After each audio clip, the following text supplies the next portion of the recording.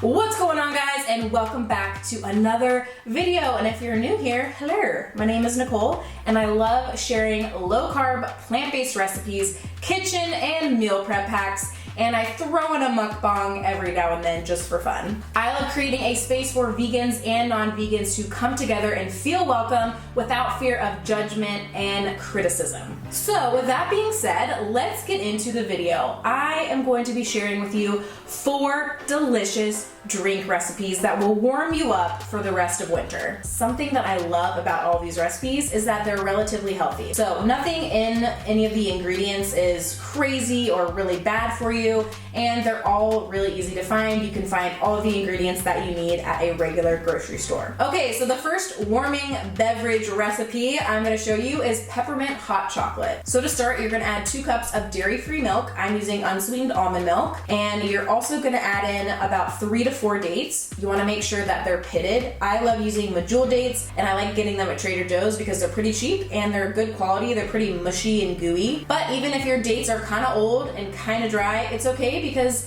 this step will make them nice and juicy again. So once your almond milk and dates are in your pot, you're going to bring it to a simmer. You don't want it to boil, you just want it to heat up and give it a nice simmer. And once it's simmering, you can pour it into a high-speed blender along with 1.5 tablespoons of cocoa powder and 1/4 teaspoon of peppermint extract. Blend it until it's nice and smooth, and yes, it will get frothy and foamy, which is like honestly the best part. So if you want to be extra healthy, you can stop at this step, sip on your peppermint hot chocolate and be on your merry way, or you can add on some extra deliciousness. So if you want to treat yourself a little bit, you can add on some dairy-free whipped cream.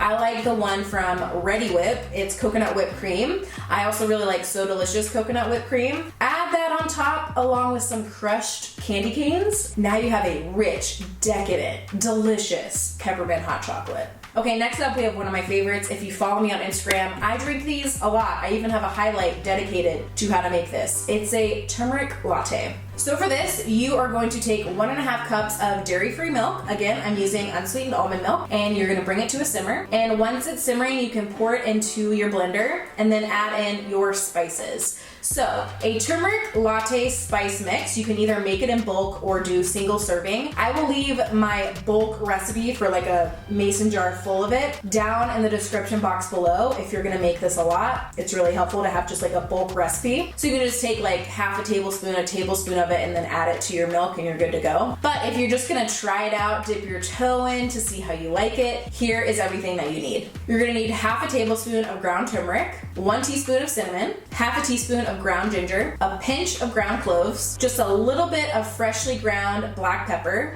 Black pepper is just there so you can absorb the turmeric better into your body. You don't taste it, I promise. And then a sweetener of your choice. You can add in a couple of dates. You can add in maple syrup, agave, whatever you want. And this is just to fit your taste preference. 1 or 2 tablespoons should be fine. And then you're going to blend it on high and you have yourself a turmeric latte. This is really great to have in the morning, especially if you are not doing caffeine or you don't drink coffee. It's just a really good warm beverage to warm you up in the morning. And I also really like drinking it at night because it is caffeine free and it's just like really warm and cozy. Next up, we have Instant Pot apple cider. Now, this does make a lot of apple cider. I would say probably like close to half a gallon or more. So if you want to half the recipe, feel free to do so. For the apple cider, you're gonna need 7 medium-sized apples. I'm using 4 Granny Smith and 3 Honeycrisp. You can use whatever combination you want, whatever apples you want, but I like Granny Smith and Honeycrisp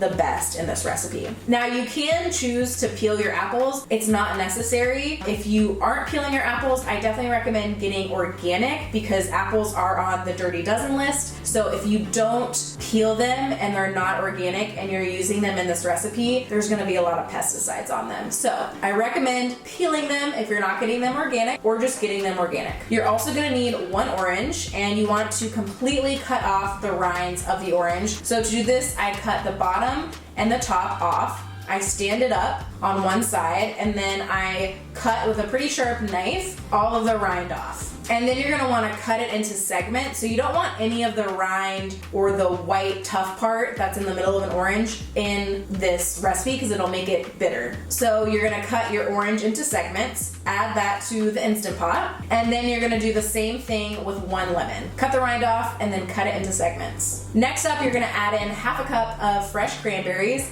This is optional, but it gives the cider a really nice flavor and a really cute pink color. You're also gonna toss in 2 cinnamon sticks, half a teaspoon of whole cloves, 1 star anise, and half a cup of your sweetener of choice. So you can use brown sugar or regular cane sugar. I'm using like raw-ish cane sugar here. So after all of your fruit is in the Instant Pot, then you can add enough water just to cover it, and then add it to the Instant Pot thingy, put the lid on, and then you're going to cook it on high pressure for 15 minutes. And then once it's done cooking and the timer goes off, you can just let it sit and naturally release. And after that, you can take the lid off, and then you can mash everything with a potato masher just to get all of the extra juice out of the fruit. Then you're going to carefully strain it through a fine mesh strainer. And once it's in the strainer, I like taking a wooden spoon and just kind of like stirring it around to get all of the juice out of there. And that is how you make Instant Pot apple cider. Easy, right?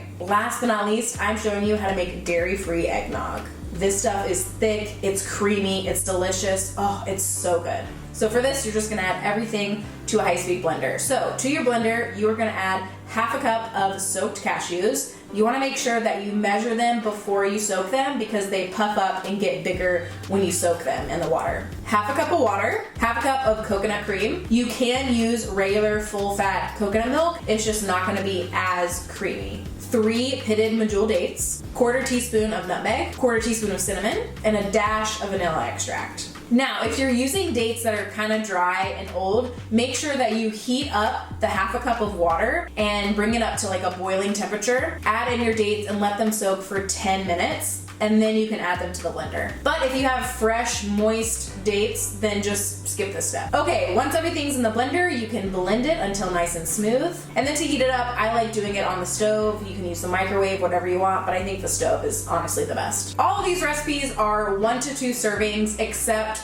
the apple cider. That one is obviously like a bulk recipe since you're making it in the Instant Pot. I really hope you guys enjoyed all of these recipes. If you did, make sure that you give it a thumbs up, and don't forget to subscribe if you haven't already, and hit the bell icon so you're notified every time I post a new video. Don't forget to take care of yourself this week, eat good food, and stay warm out there, friends. Bye. I said burr. It's cold in here. There must be some churros in the atmosphere. Diet Coke ain't good for the soul. Give me that orange soda. Give me a grape like you see in the movies. Bubble to the top like a smoothie, you'll see. I'll do you like a 9 to 5.